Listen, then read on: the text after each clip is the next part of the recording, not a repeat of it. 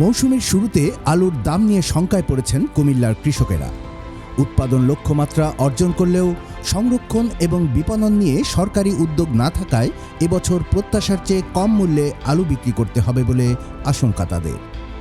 কৃষকদের দাবি, সরকার ন্যায্য মূল্যে আলু সংগ্রহ করে সংরক্ষণ করতে পারলে কৃষক যেমন বাঁচবে, তেমনি সাধারণ মানুষও সংকটের সময় কম দামে আলু পাবে।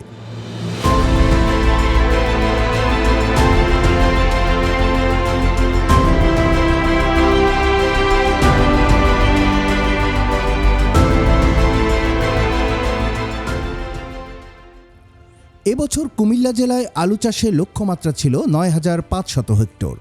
আলু চাষ হয়েছে ৮,৩১০ হেক্টর জমিতে। লক্ষ্যমাত্রার চেয়ে কম জমিতে আলু চাষ হলেও ফলন হয়েছে বাম্পার। উৎপাদন লক্ষ্যমাত্রা অর্জনে কৃষি বিভাগ সন্তোষ প্রকাশ করলেও কৃষকদের মাথায় দুশ্চিন্তার ভাঁজ। গত বছর আলু সংরক্ষণের সহজলভ্য জায়গা না পাওয়ায় ন্যায্য মূল্যে আলু পায়নি অনেকেই। তাই এবছরও বেশি উৎপাদনের আলু নিয়ে কৃষকের মুখে হাসি নেই।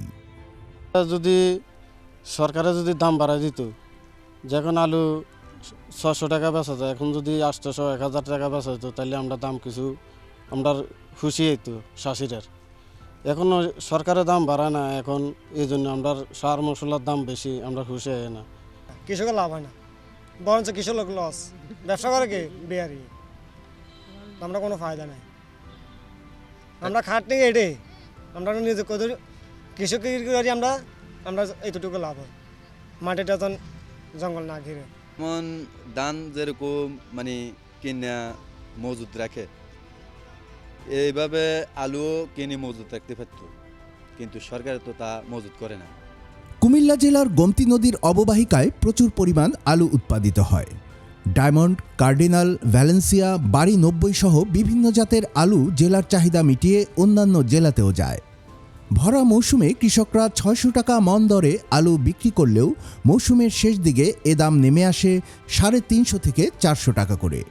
এতে উৎপাদন খরচও ওঠে না চাষিদের, যে কারণে কৃষি বিভাগ থেকে মিনি কোল্ড স্টোরেজের ব্যবস্থা করে সংরক্ষণের উপায় খুঁজছে বলে জানিয়েছে কৃষি বিভাগ। আসলে আমি বলি, উৎপাদন খরচ যেটা হয় সেটার তুলনায় তারা লাভ হয়েছে, কিন্তু যে পরিমাণ লাভ তারা আশা করে প্রথম কষ্ট করে চাষ করে, সেই লাভটা এবার পায়নি। উৎপাদন খরচ ওঠে নাই এরকম বলা যাবে না। আমাদের আপাতত ৩টা উপজেলায় মিনি কোল্ড স্টোরেজ হচ্ছে, দেবিদ্বার, চান্দিনা আর হলো আদর্শ সদর দক্ষিণ, এই 3টায় হচ্ছে। এরপরে আস্তে আস্তে করে এগুলো বাড়বে।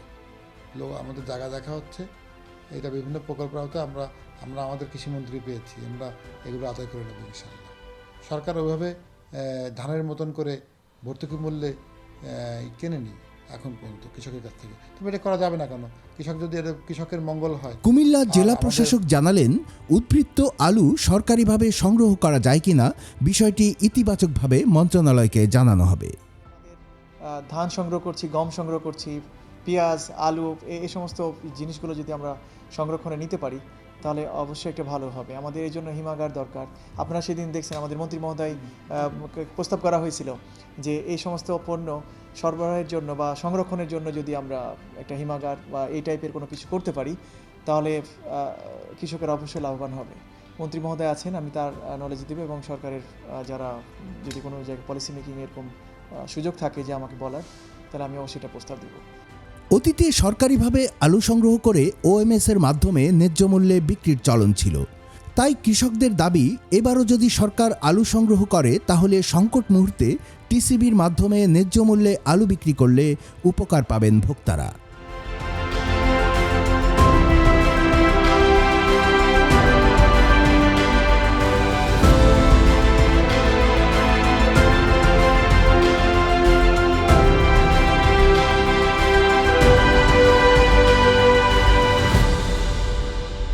কুমিল্লার কাগজ, নিউজ ডেস্ক।